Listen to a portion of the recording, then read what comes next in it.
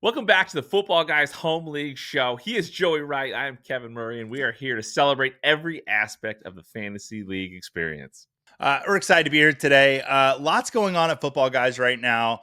Black Friday sales going on. Lots of great stuff coming for you here on the Home League Show. In this episode, we're going to explore conflict resolution, collusion proofing your league, and ways to maintain league integrity throughout the highs and lows of the fantasy football season. And Joey is going to put himself on blast I later in love the it. show for something I did that was very, very, very bad as a commissioner. We'll get into that a little bit later. But first, Kevin, we always like to talk about a league of the week, and you have brought a beautiful one to us today. Talk to us about Joe, Bush Pounder Fantasy Football League. I love it. Now, yeah, spotlighting leagues, obviously, that's something that we're going to do a lot of on this show. It's fun. It kind of makes it more relevant for viewers and listeners to learn about what people are doing out there. And the Bush Pounder Fantasy Football League it's a phenomenal fantasy football league. These guys, it was basically a sponsored softball team by Bush, the beer. The beer. And That they is how it's basically, spelled. And that's important to note. exactly. Led by Commissioner Billy Mikowski. Superstar commish. I mean, they do such a great job with content, for their league, kind of sharing what they're doing out there. They got a 14-team league, 2 division.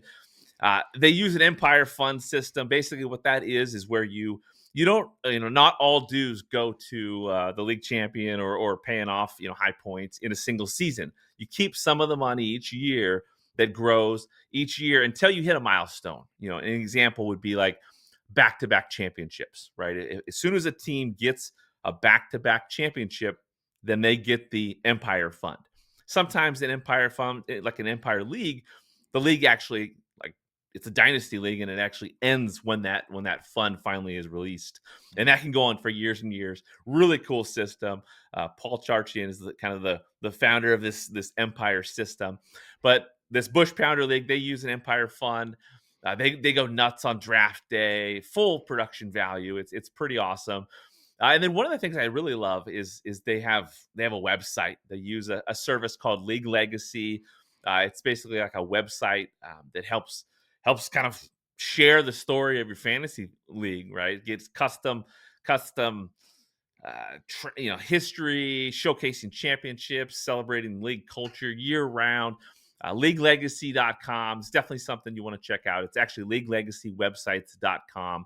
They're doing an incredible job creating more passion for fantasy football leagues by bringing these websites to your league. And these guys use that. It's pretty fantastic. They really set the standard for creativity, culture, and engagement. They share their highlights, rivalries, and storylines online for everyone to see. So Bush Pounders, these guys are doing great things in fantasy. Yeah, and we had talked on the previous episode about creating a league website for your league and what that might be like. And this league is a great example of how you can do that to build a legacy, build a history for your league. So yeah, kudos to is it Billy and all those Billy, guys are Billy. Yeah, kudos to those guys over there doing for the right sure. thing. Yeah. And obviously, what they're doing right is, again, building tradition. That's what we want. What we want for you, the listener, the viewer. So if you have traditions in your league, share them with us. We want to share them with the world. Create these moments that make the fantasy experience more fun, and let us, let the world know what you're doing. And if there are inspirational ideas you come up with on this show, through this show, let us know. We're here to provide inspiration for you. We're here to provide ideas. We're going to share ideas. Some stick, some don't. Some are crazy, some are terrible. But the whole point is to share fun ideas for a fantasy league, see how they might implement in your league. There's no perfect league setting or league rule or league format. I mean, there's certain things that I might prefer over Hmm. others, but really, like, the most important thing is your league is happy, right? If your league Hmm. is happy with the rules and with the settings, keep rolling with it, but keep your mind open for other ideas, ways to implement the league. That's what this is. Implement into the league. That's what this is all about. And yeah, like, Billy's league is a great example of that. If you know of a great commissioner out there or a league that's really just doing the right thing to make home leagues super fun, send us an email to fbgcommish@footballguys.com and your league or your commissioner could be the next league of the week. And that would be super awesome. Now let's move over to Commissioner Corner for a quick tip. Right now is a season of excitement for many managers battling the playoffs, but it's also the season of apathy for some, and engagement is vital. Stroke the fires and get that chat going. Create memes, GIFs, funny conversation to keep everybody engaged this time of year, because whether you're in first or last place, there's always got to be something to talk about. And let's focus on those last place people right now, because they might be feeling a little down in the dumps. Kevin, are you a little down in the dumps, or do you have any last place teams? Well, I have a league, my home league, my main league. I'm struggling. I put up a ton of No. points. I got Trevion Henderson that went off this last week. That helped, but it's been a rough one with all the injuries. But that's okay because we're still having fun. We're still having fun. And a good tip off of what Joey just said is, again, like the gifts, the memes, that kind of stuff. Do a state of the league address right now for your league. On video, kind of share with your league what's going on.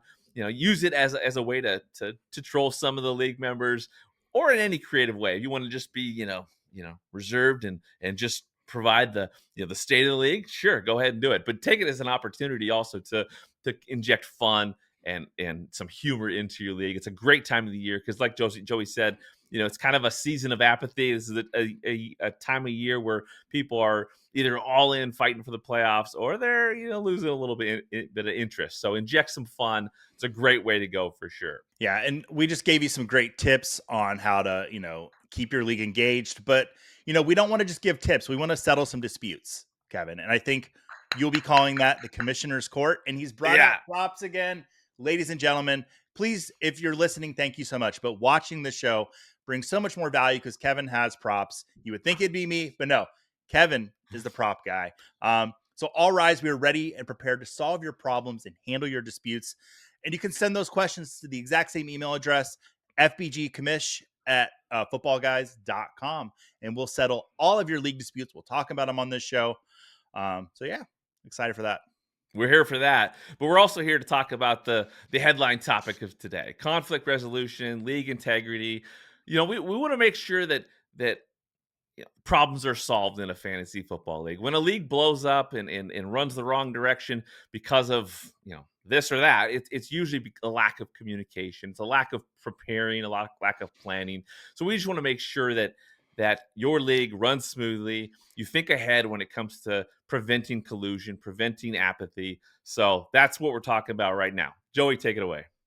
Yeah, so I think what's important, I kind of said at the top of the show, I was going to put myself on blast. And one of the goals of this show, I think, will be to how to set good rules and how to, good practices to have. When I was first starting out as a fantasy football commissioner, I didn't know all of the steps to take. I made mistakes along the way. And the biggest mistake I made, I like to call the great Publix trade approval of 2013.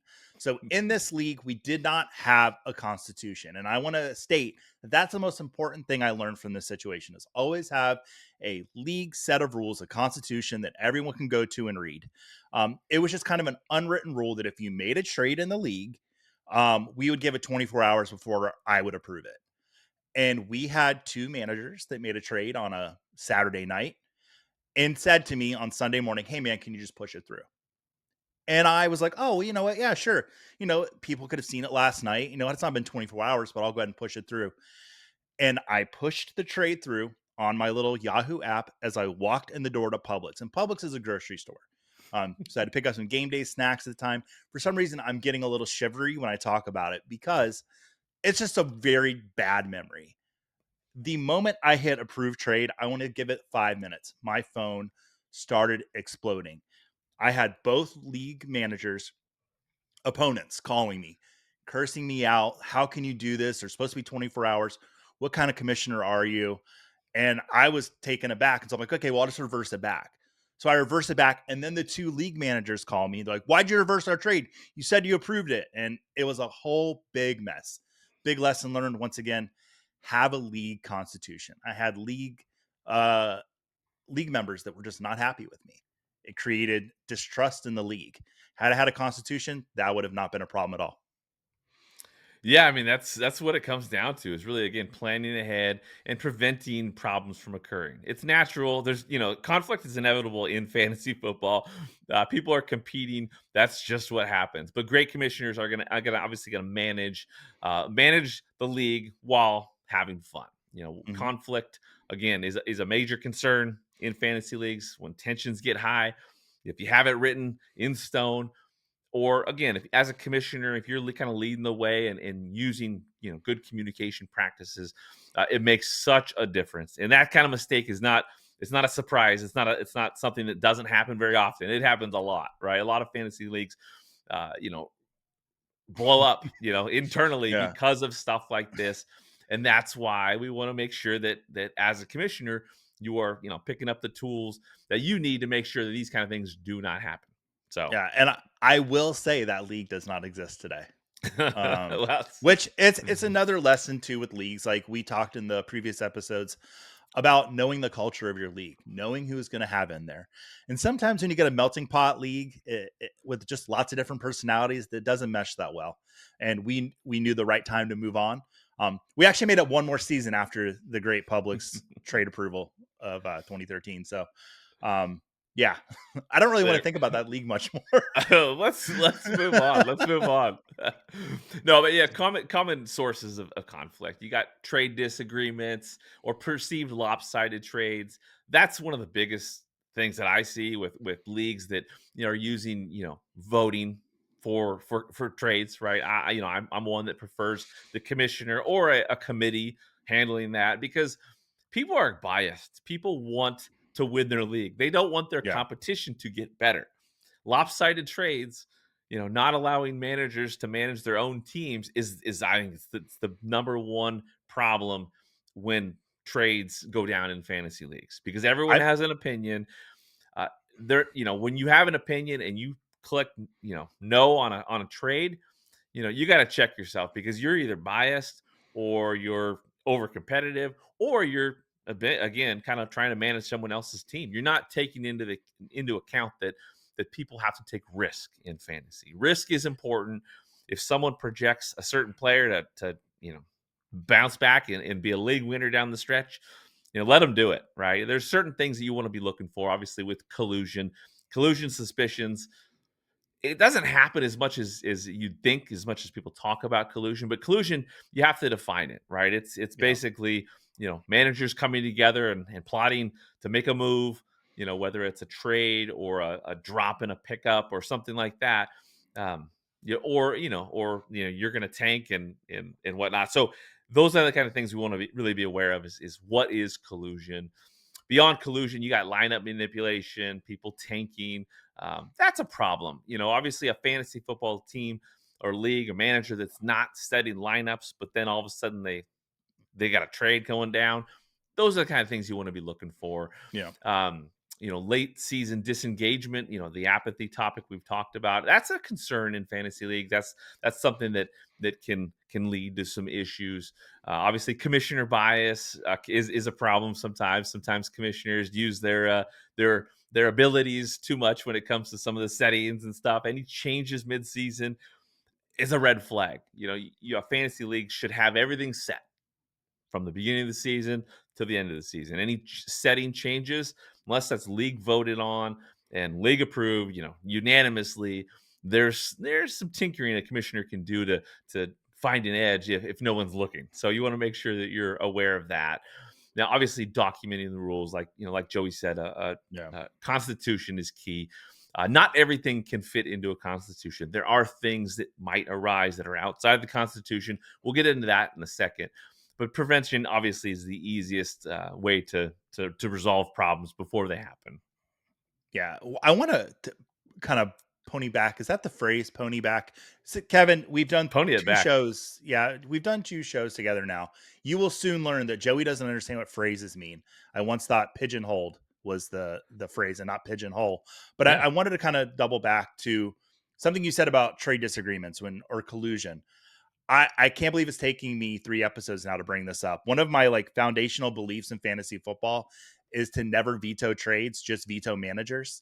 Um, It's good. And what I have done in home leagues is if I see two people just making really bad trades, not necessarily with each other, but with other people trying to take advantage of them, I will never with a lot of thought, I will never disallow a trade. I will approve every single trade because like you said, people take risks. They judge players differently, they project them differently. But if I see a manager that I know is obviously taking advantage of other managers in the league, I'll kick him out of the league when the season's over. I've done it before. I'll do it again if I see it. I don't believe in vetoing trades, but I will veto managers. That's a great technique, and that's Yeah. something that it's again kind of the foundation we've talked about with a fantasy league. It's the people in it. You got to be selective with vetting managers for your Hmm. league, and don't be afraid to change things up. If you have a league that's been going on for several years, if there's someone that's not quite getting the vibe, the culture, someone that's a little bit of a disruptor, first communicate. Let them know your expectations as commissioner. What you're expecting, what you're seeing as a concern. If they're willing to obviously fix some issues, Well, that's yeah. great.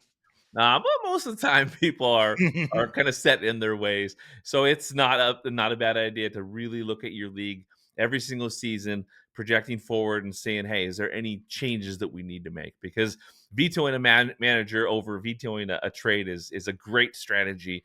Um, like I said, very few situations that end up being collusion.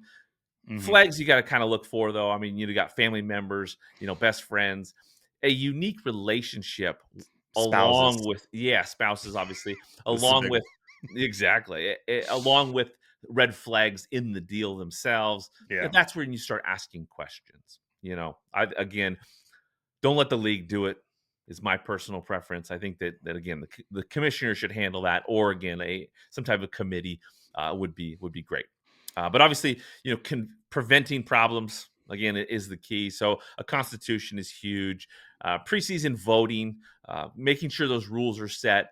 Yeah. With the league or without the league, either way you want to go. Sometimes commissioners like, I want to handle all this settings. This is my league. I'm setting it up, and everyone else is going to kind of follow along. Or again, just voting in the off season, which is a good strategy all in all, because you're basically giving some buy-in to the league members. You want them to feel like it's their league, because it is their league, right? This is not a dictatorship.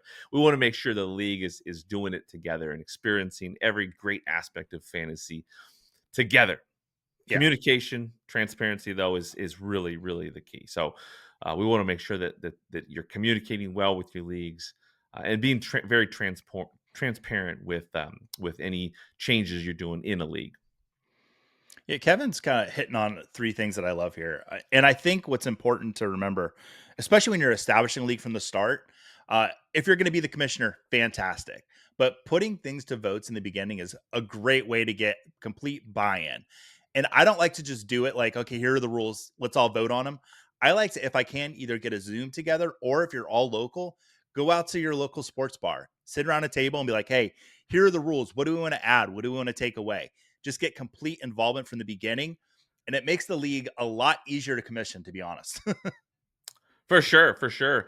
And let's pony back again on one topic that I that's think it's that's our important, because shirt we're for this we're show. ponying Like we're ponying it pony back. back. Yeah. Yeah, again with trade disputes, fairness versus freedom. That's kind of what you're debating, right? Is the trade equal? Well, no, like that's okay, right? People again have to fill their own rosters. They got to manage their own teams and take risks. So trades are dynamic, right? Player values change weekly. What you think might be fair one week is completely lopsided the next. That's okay. As long as the two managers are engaged participants in a league, you got to trust them to manage their own rosters. Obviously, differences in valuation it can spark disputes, and that's where again, communicate, be transparent, and with the trade, uh, kind of the trade process. Whether you have a 24-hour rule or commission just hits the button, be sure that the league knows what that rule is. Mhm. Unfortunately, if it's 24 hours, you got to make sure that deadline is done before a game. Yeah. Otherwise, that player is not going to be in your lineup. So being clear with those rules is definitely huge. Trade vetoes, we don't do it unless there's massive collusion, Yeah. which is very rare. Encourage the risk taking, and I think you're going to be in a much better place. Yeah, you were mentioning the trade veto and how rare they are. I think what's more common is waiver disputes. I think you'll see somebody pick somebody off of waivers that was dropped. I know that I peek behind the curtain. I manage the Football Guys Bowl. I'm the commissioner behind the Football Guys Bowl, and we have 5,004 teams this year. And you better believe there's been like people dropped on accident. Somebody dropped just last week, dropped Dak Prescott when they meant to drop somebody else. Now, I know they didn't mean to drop Dak Prescott. What did they do? They communicated to me in a good time frame pretty much immediately to say, hey, I didn't mean to drop Dak Prescott. Can you reverse that? In a situation like that, they let me know right away. It was a mistake, hasn't cleared waivers. I can easily make that transaction for you. What's more difficult is when you drop a player and you wait 3 or 4 days and then you bring it up to the commissioner. You can't do that. If you make a mistake in a league, let them know right away. It helps out a lot. So I think the waiver mistakes are a little more common than the trade collusion. Like when you see trade collusion, I mentioned like don't veto a trade, veto the manager. Well, in that situation, you might need to veto both. Yeah, for sure, for sure. And with collusion, again, it's a coordinated move, for an unfair advantage. Really, it can happen in several ways. It can happen on the waiver wire where someone just, hey, I'm going to drop my guy at Yeah. 3:30. Make sure to pick him up at 3:31. So you just want to again define what collusion is to your league so that they know what your expectations are. Lopsided trades, intentional losses, waiver manipulation, like you just said, is kind of those are the three things that can happen. And again, it breaks trust. Trust is one of the most important pieces to a fantasy league. You got to trust the commissioner. You got to trust the league mates. If there's a lack of trust, then there's going to be, suspected problems, collusion, issues that are really kind of railroad a fantasy league down the wrong track for sure. So obviously you want to set in some anti-collusion rules. You want to set in some penalties.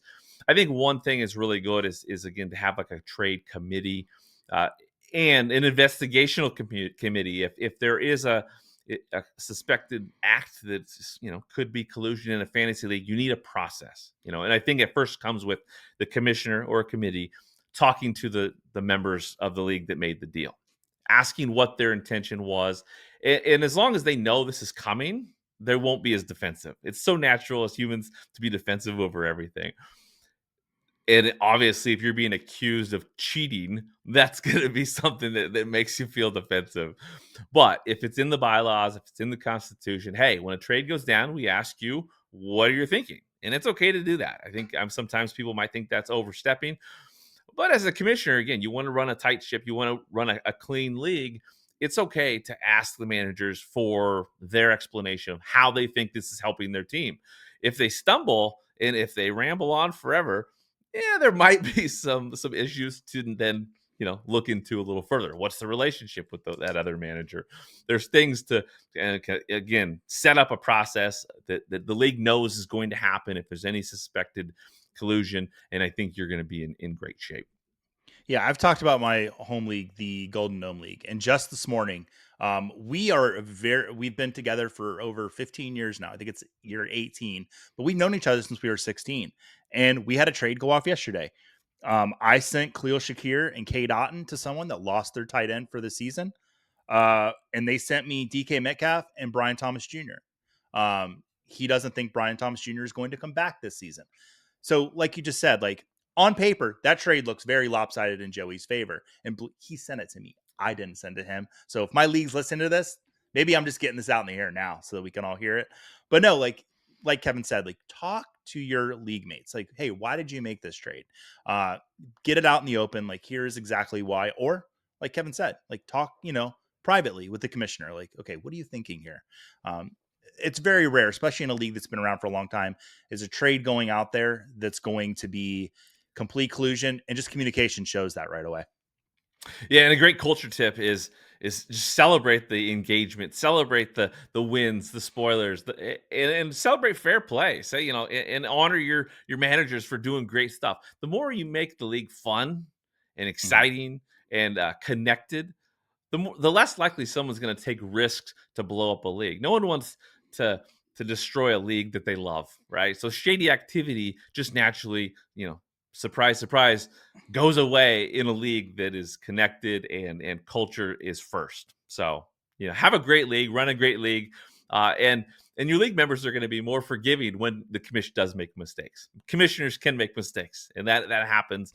And issues can come up that, again, might fall outside of a constitution.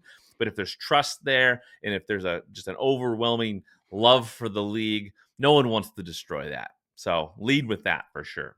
Yeah, just to kind of put a bow on this segment, conflict is inevitable. It's going to happen in your leagues.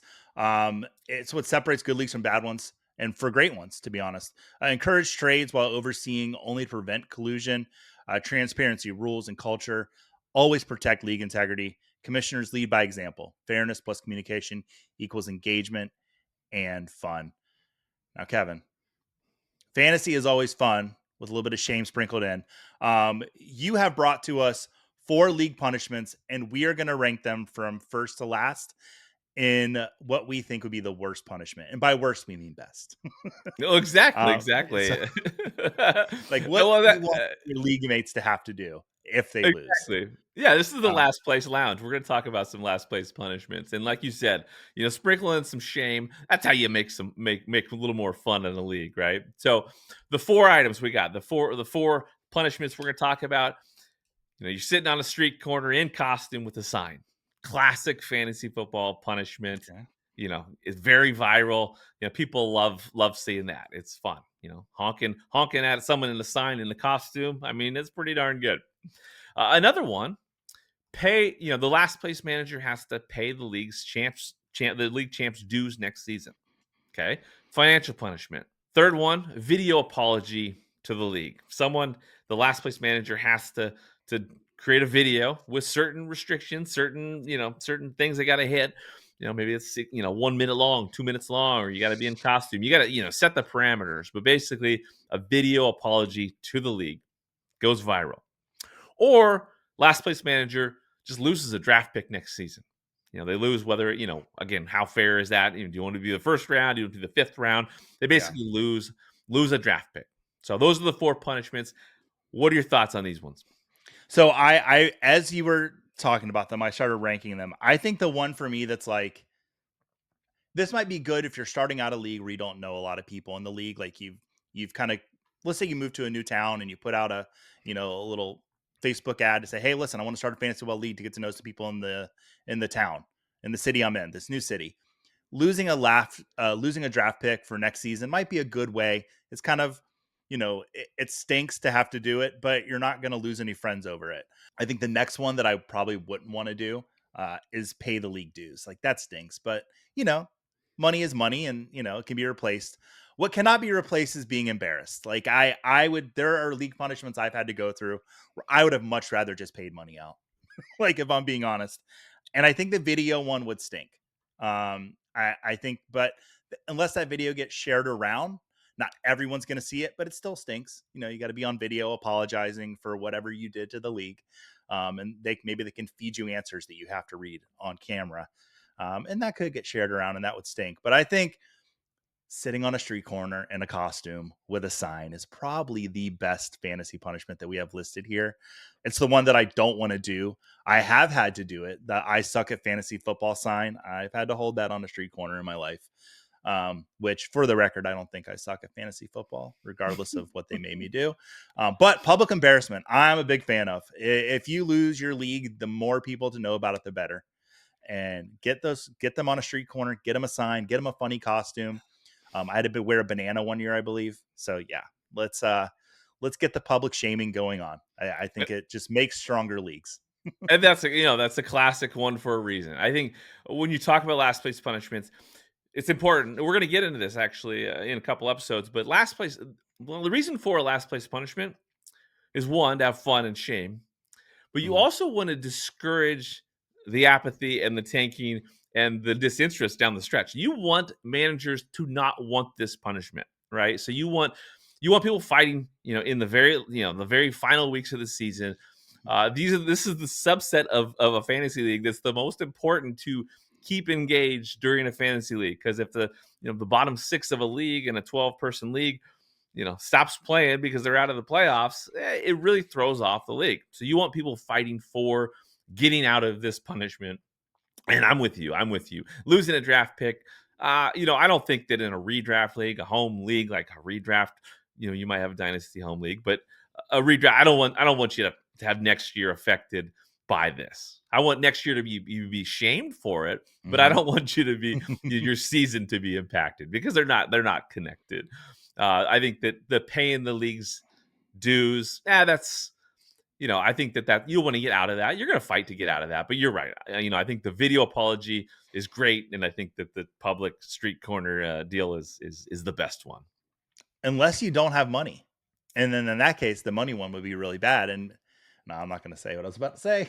But yeah, you'd have to find a way to earn the money. I'll just say that. And listen, guys, if you're out there and you've got some really cool league punishments that you do in your league, please let us know about it. We dropped the email address earlier in the show, fbgcommish@footballguys.com.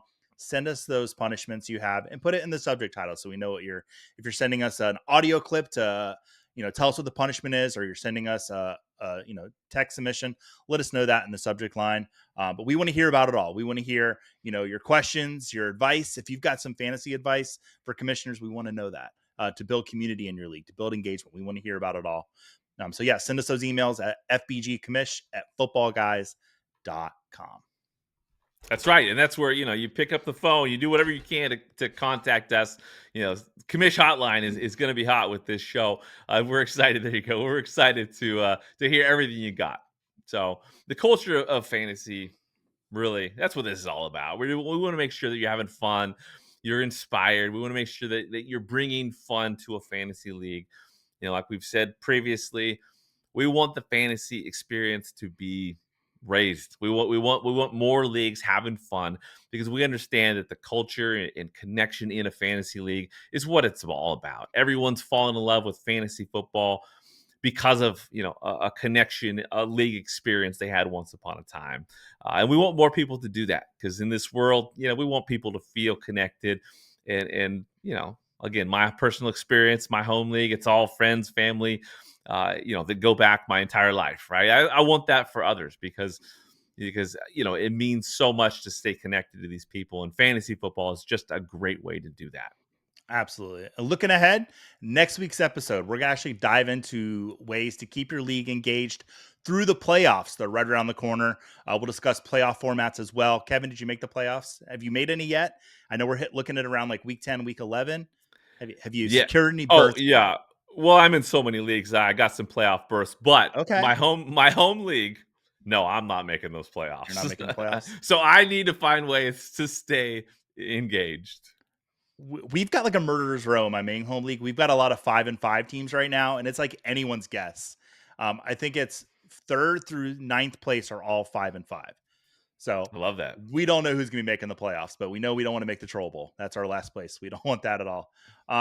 Make sure if you're still listening, thank you so much. We're on episode 3 now. We've got 2 episodes before this. Go back, listen to those. There's really good stuff in there.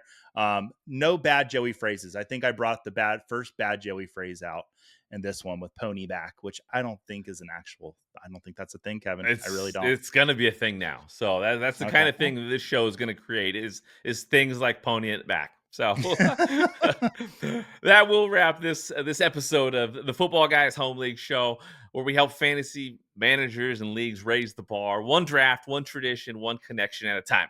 Great leagues aren't built overnight. They're crafted with care, creativity, and community.